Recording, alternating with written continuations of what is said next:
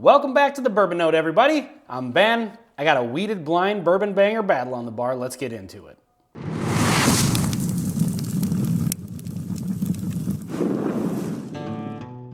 So on the bar tonight, I have got a wheated flight. This is going to be a blind bourbon battle.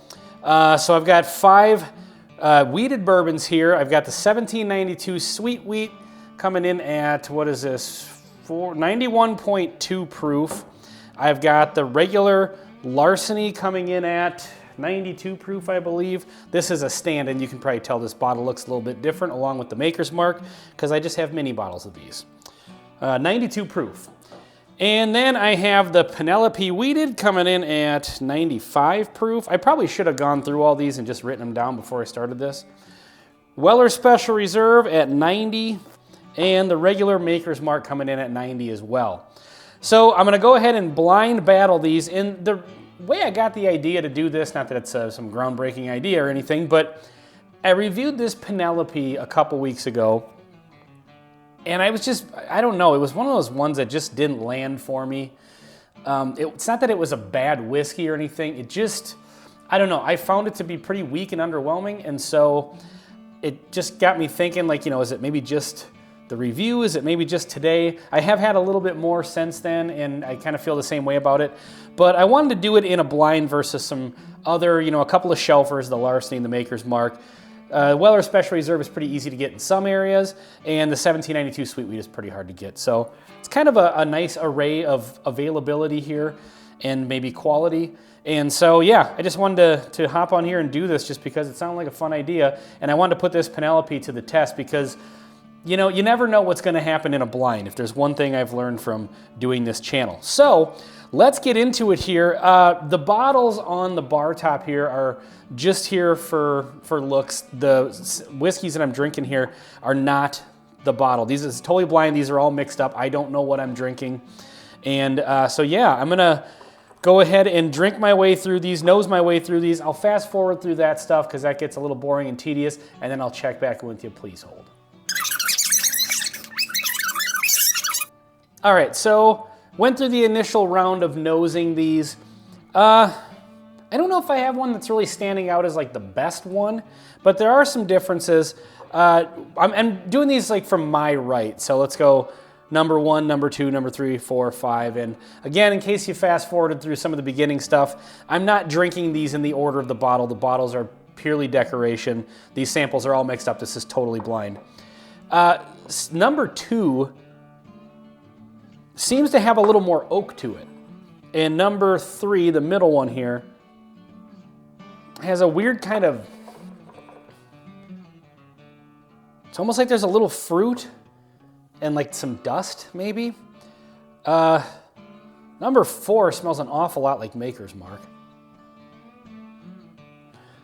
At least in the initial phase it did. And then the other 2 are kind of a, I don't know. They're kind of a wash, to be honest. They're very similar. Maybe the first one's maybe a little weaker. So anyway, that's just on the nosing. I don't know if I'm prepared to say that I have a favorite to least favorite on the nose. So let's get into round 1 of the tasting. I'm going to go through all these, do some water in between them, fast forward through it, and I'll check back in with you in a minute. So after the first round of tasting, I'm getting kind of an order here. I'm not prepared to fully say that I'm sold on it yet because I will go do another round through, taste them in some different orders and things like that. But bourbon number 2 here is kind of still standing out. It stood out a little bit on the nose, and it's standing out a little bit on the palate too. It's got a nice oaky vibe to it. The first one is kind of coming across as maybe a little weaker than the other ones. And then, yeah, the other ones, I think, so far I think maybe my list is 2, 4, 3, 5, 1. So far. That might change. You know how it is when you start tasting them, you know, against each other in slightly different orders here. So I'm going to get into that. Again, fast forward. Check back with you with the results in a minute. Okay, results time. This one's kind of difficult, to be perfectly honest. I don't think my order changed. I think what I said was so far it's number 2 in first place, number 4 in second place, number 3 in third place, number 5 in fourth place, and number 1 in fifth place. I'm not disliking any of these. And what I said about the Penelope at the beginning, when I said that in the review, it just didn't really do it for me too much. And then the pour or two I've had since then, it's kind of come across as a little weak. That being said, you know, I don't know. When you do blinds, you never know what's going to happen.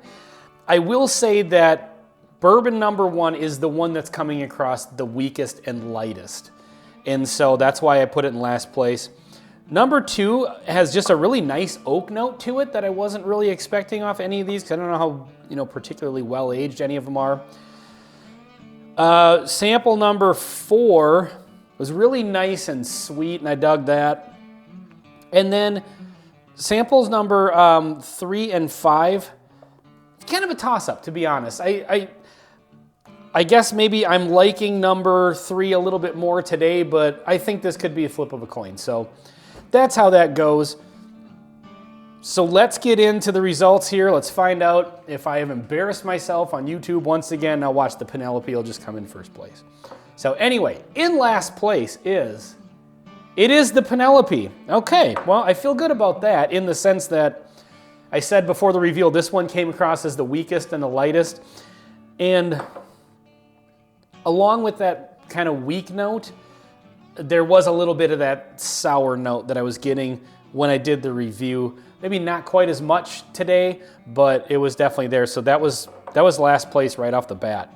And so I guess, you know, maybe it wasn't a fluke.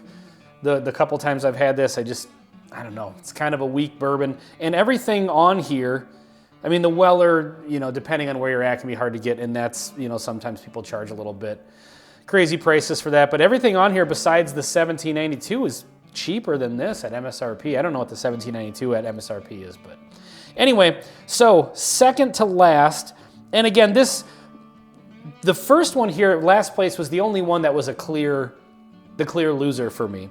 These other ones were just, I think number 2 was the clear winner. The other ones were a little bit more of a toss-up. So this in second to last place is the Maker's Mark. Okay, that's interesting because typically in a blind, if you know there's Maker's Mark in the mix, it usually sticks out pretty good. And I was going to comment that I wasn't having quite as easy a time spotting the Maker's Mark.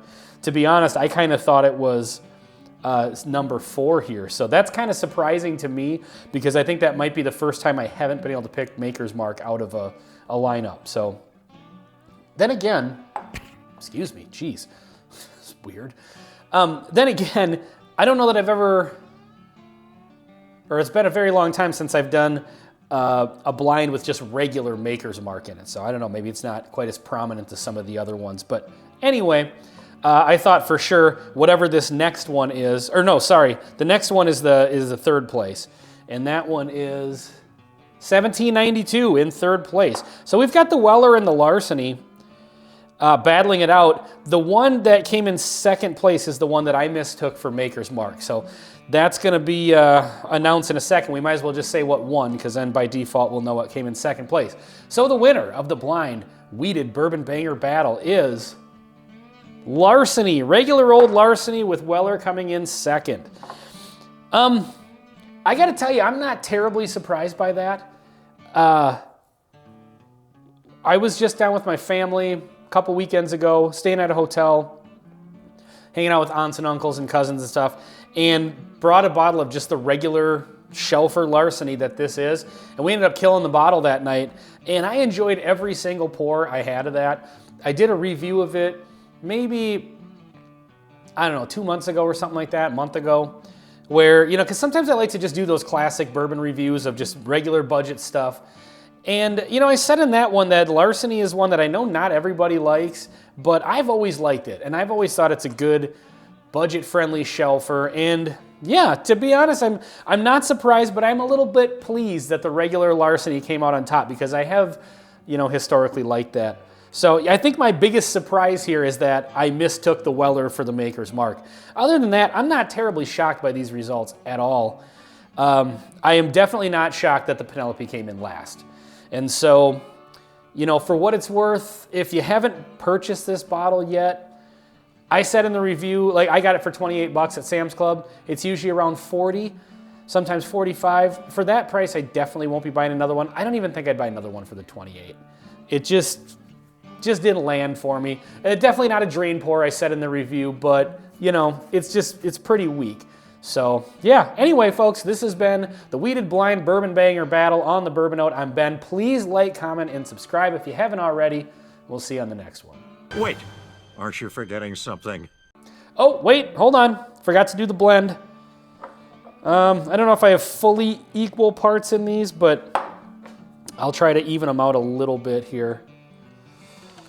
Let's get maybe a splash more of the sweet wheat.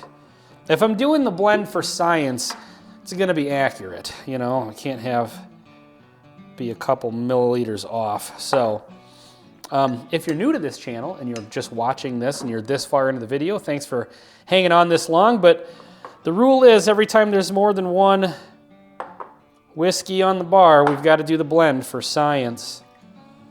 Sometimes they turn out and sometimes they don't. So we've got the full-on wheated Franken blend here, Franken bourbon. So mix that up, let those marry a little bit. Ooh, I gotta tell you, the nose on this thing is nice. Nice and sweet.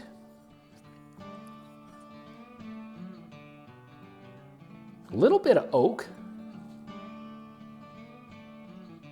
And some nice vanillas, actually, which is kind of different for a wheater. I usually get kind of like that bready, almond, caramel, a little bit of spice. All right, well, let's get into the palate on the blend. Cheers.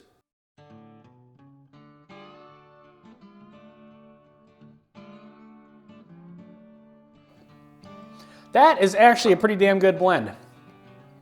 I'm pleased with that. Maybe I'll do a series on Patreon or something like blending Penelope with other cheap stuff to see if we can bring up the flavor profile of it. Or we're just bringing down the flavor profile of whatever we're blending with it. But that's something that probably needs to be done. But anyway, yeah, the blend is pretty good, nice and sweet. Nice caramels and vanillas, a little bit of oak. Yeah, not bad. If you have all of these, go ahead and blend them. Let me know in the comments what you think. All right, now, end of the video. Please like, comment, and subscribe, and we'll see you on the next one.